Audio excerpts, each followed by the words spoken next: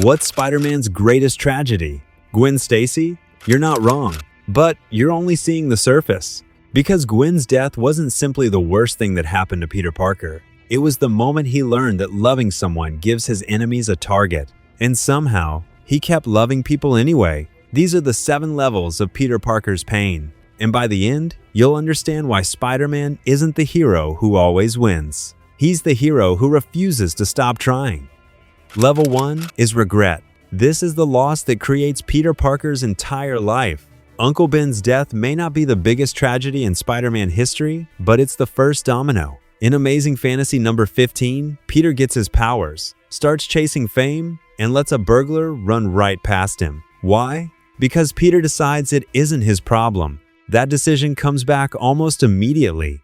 The same burglar later kills Uncle Ben, and Peter learns that his power doesn't simply help him win fights. It makes him responsible for the things he chooses not to stop. That's what makes this loss hurt so cleanly. Ben doesn't die because a god attacks New York.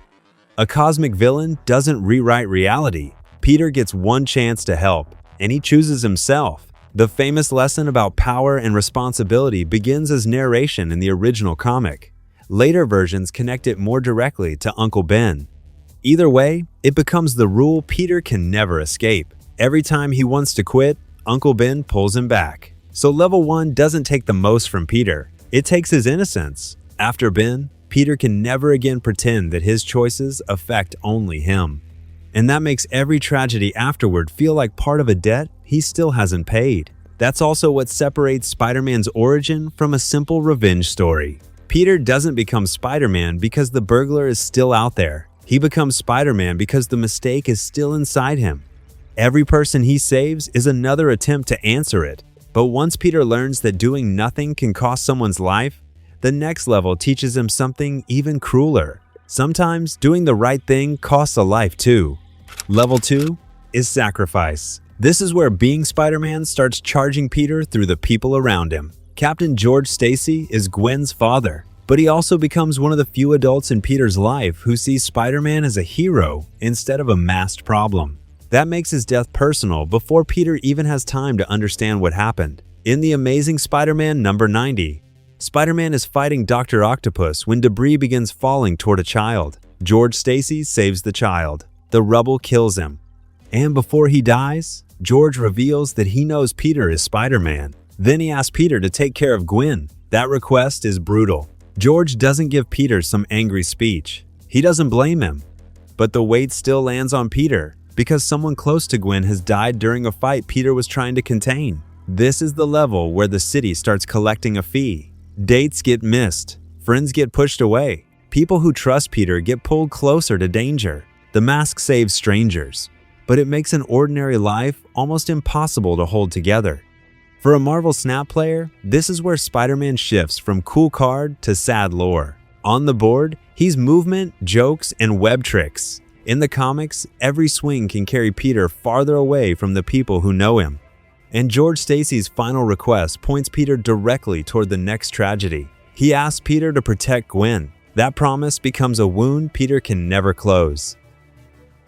Level 3 is Heartbreak. And this is the tragedy most people expect to be number 1. Gwen Stacy's death is famous for a reason. Norman Osborn knows Peter's identity. He becomes the Green Goblin again, takes Gwen, and uses her because he knows exactly where Peter is vulnerable. Peter isn't only fighting a villain here. He's fighting the realization that loving someone gives his enemies a target. The bridge scene is burned into Spider-Man history. Gwen falls. Peter fires a web line and catches her by the leg. For 1 second, it looks like he made the save. Then he pulls her back up and realizes she's dead. And beside her neck is that tiny sound effect. Snap. The rescue itself may have killed her. The comic leaves some room for debate about the exact cause. The Goblin claims Gwen was already dead before Peter's web stopped her fall. But Peter still carries the guilt. Because from inside the mask, the math feels horribly simple. Peter got there. He used his powers. He did the superhero move. Gwen still died. That's what makes this different from Uncle Ben. With Ben, Peter failed to act. With Gwen, Peter acts at full speed, does everything he can, and the story still refuses to give him the save. Jean DeWolf's death later reinforces the same lesson. Good people in Peter's life can be taken suddenly and violently, but Gwen remains the center of this level because her death changes the rules. After Gwen, love in Spider-Man stories never feels completely safe again. This is also where Spider-Man grows up as a character. The old promise that the hero saves the day and gets the girl breaks in Peter's hands. Gwen's death takes away the belief that his best effort will always be enough. And somehow, Heartbreak still isn't the bottom. Because after the story takes people Peter loves, it starts reaching for Peter himself. Level 4 is identity. The tragedy stops looking like death and starts looking like a mirror. Spider-Man No More gives us the cleanest version of this pain. Peter is exhausted. He's tired of the hatred, the danger, and the constant war between his life and the mask. So he throws the costume into the trash and tries to live as Peter Parker. For a moment, that sounds healthy. Peter gets his time back. He steps away from the noise. Then crime rises. People get hurt. And the lesson from Uncle Ben starts screaming again. Quitting Spider-Man doesn't feel like freedom. It feels like running from a responsibility he already accepted. Then the Clone Saga takes that identity crisis and turns it into full comic book chaos. Ben Reilly enters Peter's life as his clone. Manipulated test results make Peter believe Ben may actually be the original and Peter may be the copy. That's a vicious kind of loss. Nobody has to die for Peter to feel erased. If he's the clone, what does that make his memories? His friendships? His scars? His tragedies? Do they belong to him?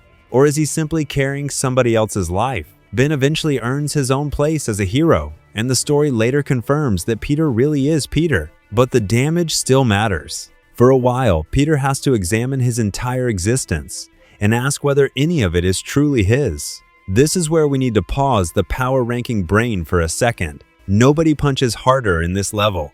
Nobody destroys a planet. The threat looks smaller from the outside, but it's much larger inside Peter, because it attacks the one thing he needs when everything else falls apart. The certainty that he knows who he is. At this level, the mask stops being a costume and starts becoming a problem. Peter can't fully quit Spider-Man, but he also can't fully separate himself from Spider-Man. The harder he tries to protect Peter Parker, the more the mask reaches back and claims him. Then Superior Spider-Man takes that fear and makes it literal. Peter no longer has to wonder who he is. Somebody else takes his body and starts answering for him. Level 5 is theft, and Superior Spider-Man is identity horror, wearing a superhero suit. Dr. Octopus is dying, so he pulls off one of the cruelest moves in Spider-Man history. He switches minds with Peter Parker. Peter is trapped inside Otto's failing body. Otto gets Peter's body, Peter's powers, and Peter's life. Then Peter dies in Otto's old body. His consciousness doesn't disappear immediately, but he becomes something like a ghost inside his own mind while Otto walks around as Spider-Man. That isn't a normal defeat. It's like somebody stole your save file and started playing your life better in public. Otto declares himself the superior Spider-Man. He fights crime more aggressively. He builds systems. He becomes colder, more efficient, and more controlling. He treats Peter's life like a machine he can optimize. And from the outside, some people even think he's getting better results. That makes the theft feel worse. Peter isn't simply losing control of his body.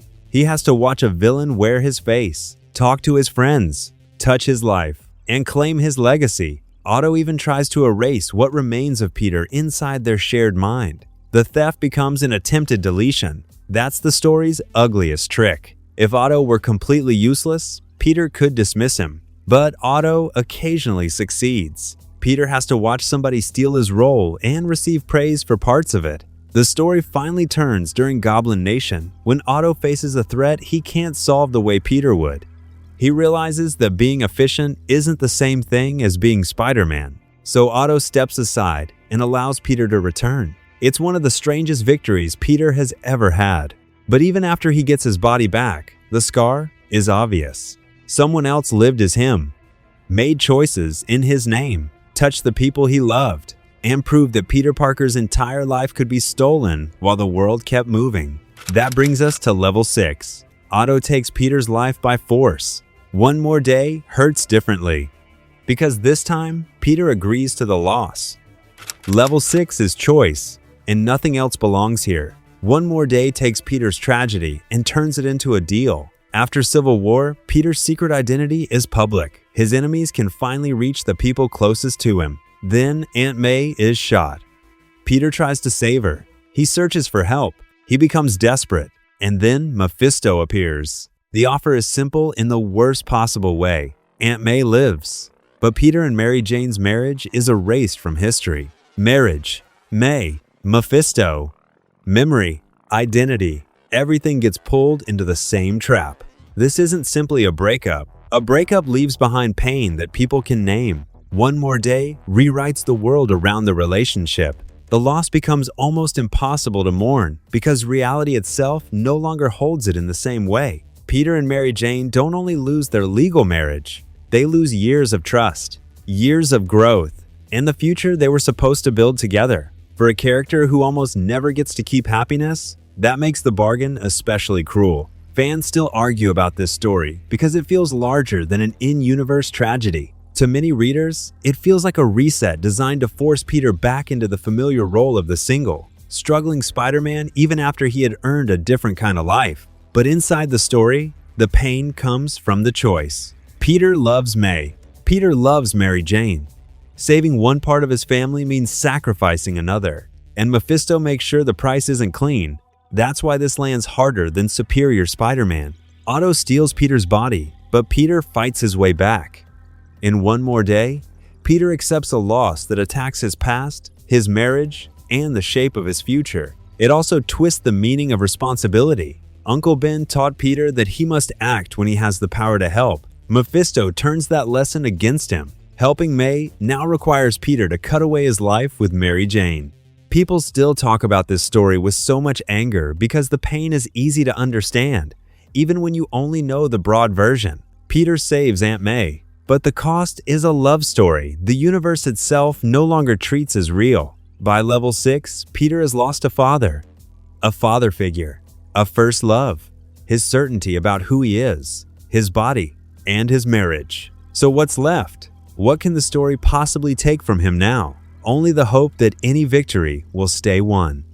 Level 7 is acceptance, and this is where the ranking stops being about one terrible day. This level isn't Kindred. It isn't Morlun, it isn't Paul, and it isn't one particular modern run that made everybody angry online. The final tragedy reaches beyond any single villain, because the final tragedy is Spider-Man himself. Peter Parker never wins permanently. He saves the day, and the bill arrives somewhere else. He defeats the villain but misses the date. He protects the city but loses the job. The trust, the home, the relationship, fans call it Parker luck. The phrase gets used in different ways, but the core idea is simple. Spider-Man can win the fight while Peter Parker loses the life surrounding it. That's the endless burden. Peter rebuilds, and the story finds another way to pull the floor out from underneath him. He opens his heart, and somebody uses it as a weapon. He finds a future, and the universe gives it a price. That's why Spider-Man feels different from so many other heroes. He doesn't keep going because the world rewards him. He keeps going because the first lesson never lets him turn away from someone who needs help. So the next time you drop Spider-Man into Marvel Snap, or see a variant with the mask pulled halfway off that card, isn't simply movement, jokes, and webbing. It's regret, sacrifice, heartbreak, identity, theft, choice, and endurance, all stacked inside one guy from Queens. The greatest tragedy in Spider-Man's history was never Gwen, Ben, or One More Day. It was Peter Parker getting back up, already knowing the next loss was waiting.